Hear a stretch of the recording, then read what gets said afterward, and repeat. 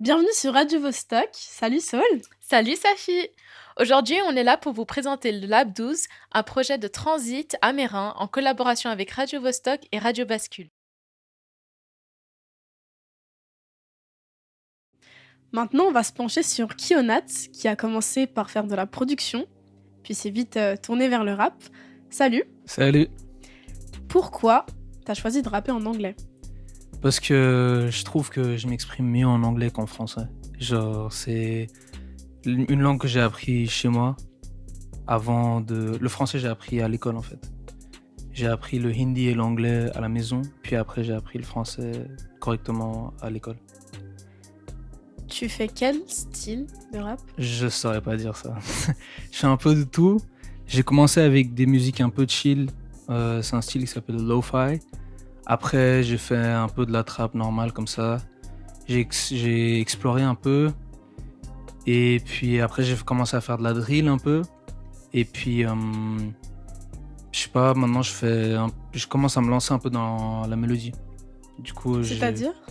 des sons, il y a un style qui s'appelle la sexy drill par exemple. J'ai commencé à faire des sons de ça. J'ai un EP qui va sortir, que je vais sortir cette année normalement. Et ouais, je saurais pas dire le style. Je fais un peu de tout. Donc, moi, tant que c'est de la musique et c'est du rap, je kiffe.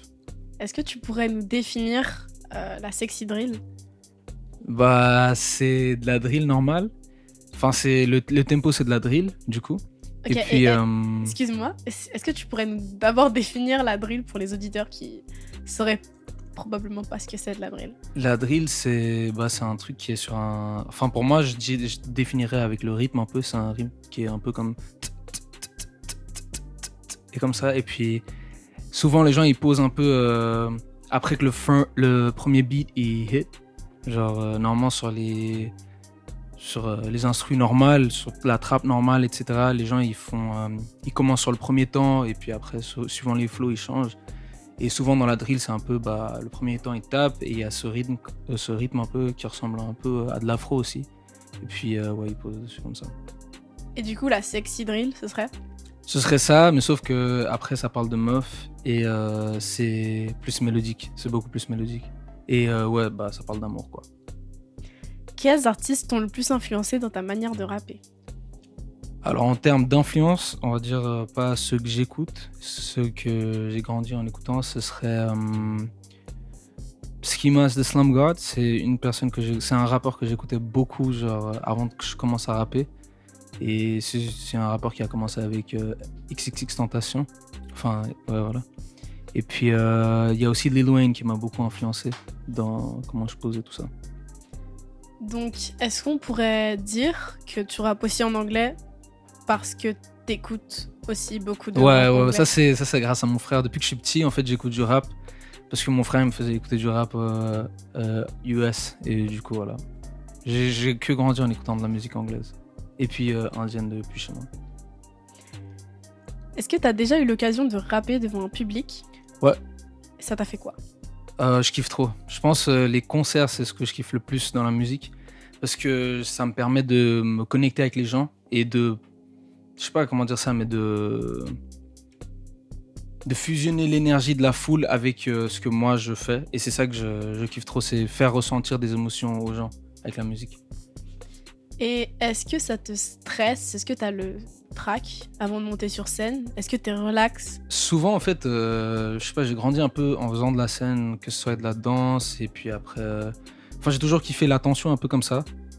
Enfin, être devant une grande foule. Et puis, je sais pas, avec le temps, j'ai un peu pris l'habitude. C'est juste le trac, je pense que je le ressens pas jusqu'à 2 minutes avant que ça commence. Du coup, là, je commence à sentir, mais ça part une fois que je commence à ouvrir ma bouche et je rappe, ça disparaît. J'ai l'impression de pas être la même personne, en fait. Tu changes complètement, quoi. Ouais, genre, je deviens l'artiste, pour moi. Et tu rêves de quoi dans le rap? Est-ce que tu vois... Parce que tu nous as parlé d'un EP. Ouais. Est-ce que tu vois un album plus tard? Est-ce que Ouais, tu ouais. vois une grande scène? Est-ce que tu te vois, en fait... Est-ce que tu vois un avenir pour toi dans le rap? Ouais, moi je vois ça, bien sûr je vois ça. Sinon je ferais pas du rap. Ça servirait à rien pour moi. Et puis, comment dire ça?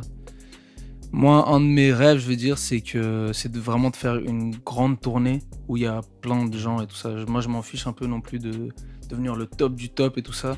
Moi, ce que je veux vraiment, c'est avoir une audience organique un peu et authentique. C'est ça que je kiffe. Genre, vraiment que les gens ils m'aiment pour ma musique et tout ça.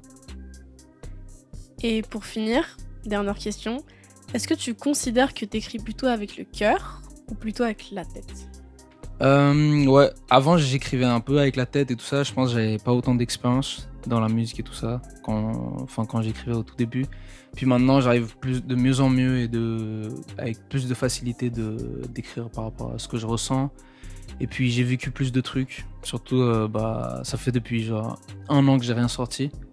J'ai pas sorti de musique ou quoi que ce soit. C'est parce que c'était une période difficile pour ma famille, pour moi et tout ça. Et j'ai dû m'occuper de tout ça. Et puis, je sais pas, ça m'a construit un peu. Et j'en suis reconnaissant parce que maintenant, ce que je sors, je suis beaucoup plus satisfait et c'est quelque chose de plus professionnel pour moi, petit à petit. Merci beaucoup. Merci à vous.